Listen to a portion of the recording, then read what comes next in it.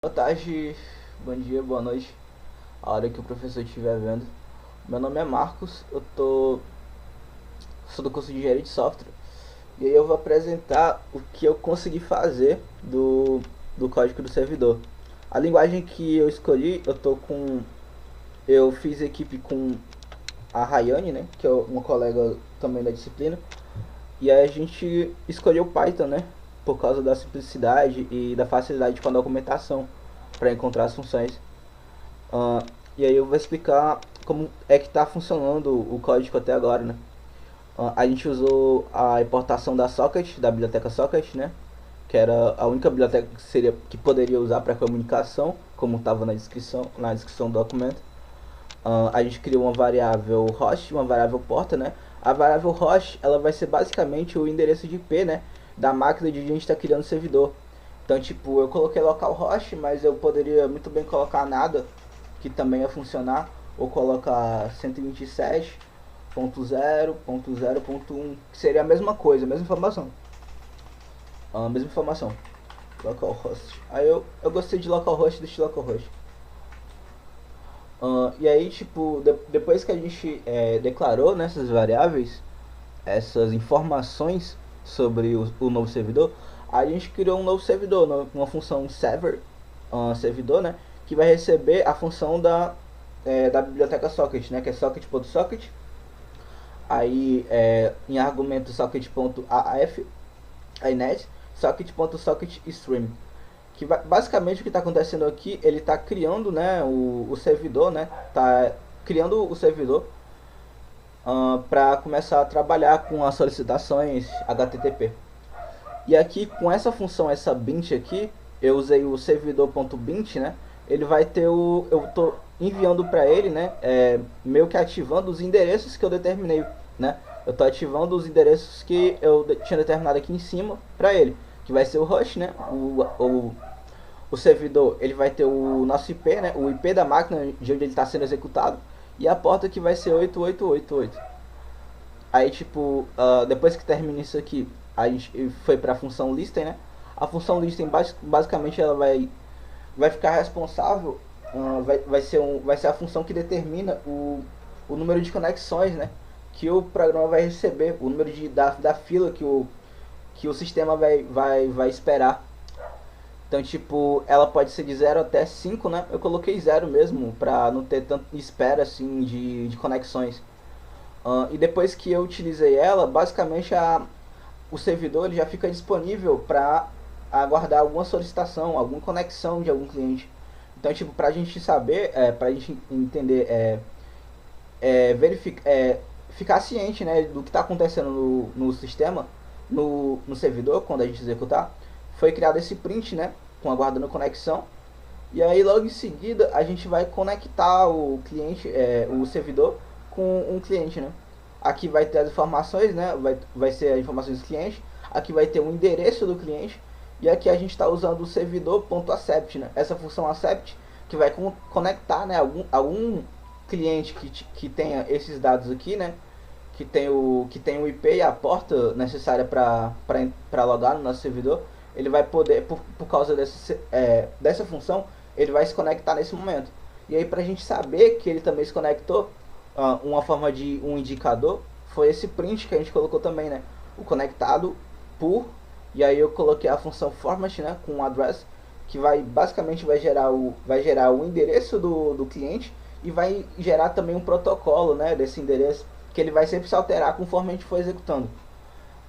Por fim, vamos ter essa variável while aqui embaixo, né?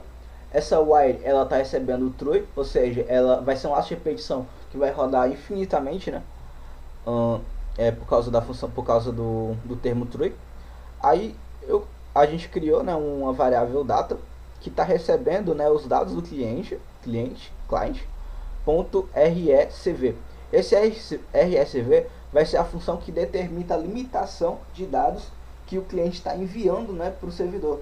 Ou seja, esse data ele está recebendo os dados do servidor e a gente está determinando com a função rscv que ele só vai receber até 1024 bytes. Ou seja, se ultrapassar esse valor de bytes, né, de memória, a variável data vai parar de receber os dados. Aqui embaixo a gente vai ter um if not data, né? Ou seja, está implicando dizer, por termos lógicos, que se a data não tiver nada, por exemplo, se o cliente não enviar nada para o servidor, data vai ser none, né? Vai ser vazio, nulo. E aí a gente também vai parar de vai entrar nesse if. Ou então também na condição principal, né? Quando o data parar de receber os dados, esse if not vai ser ativado, né? E aí vai ter um print, né, indicando pra gente que o programa encerrou, ou seja, a troca de dados encerrou. Isso aqui vai ser fundamental porque vai indicar pra gente que o servidor está fechando a conexão com o cliente. Aí após isso acontecer, a gente usa o client.close, que o cliente vai ter fechado, né? O cliente vai ter se desconectado do servidor. E aí vai acontecer o break, né? Vai sair do while, vai sair do laço de repetição.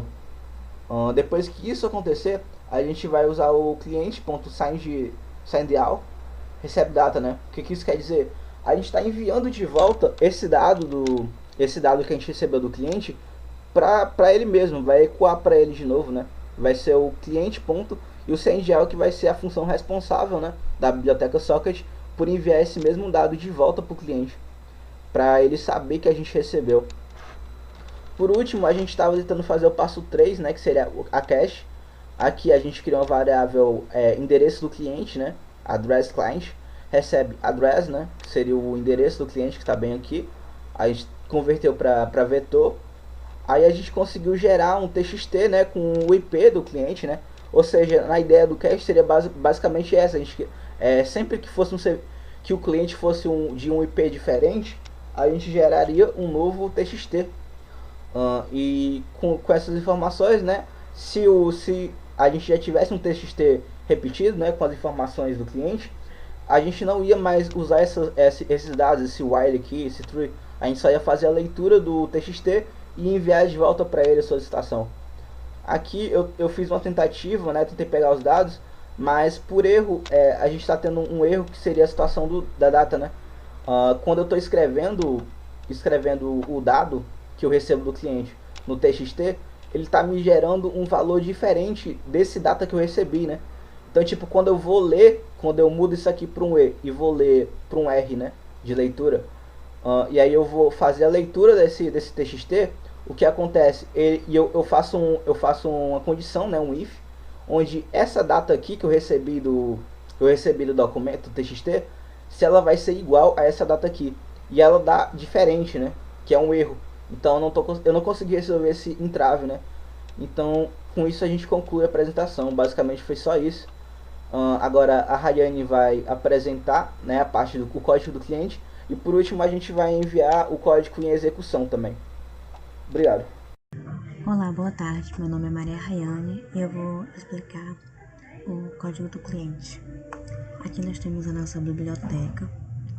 Aqui ele vai criar um novo servidor e se conectar com o novo servidor. A gente sabe que é o nosso servidor pelo localhost e as portas que coincidem com o nosso servidor. Aqui ele vai enviar uma solicitação em forma de bytes para o servidor. E por último, nesse print, ele vai indicar que o servidor recebeu a informação e ele vai enviar de volta. Por último, eu vou mostrar só a execução do código, né? Mostrando ele o que está acontecendo nele, para ver a execução. Eu tô no terminal do Windows, né? No PowerShell do Windows.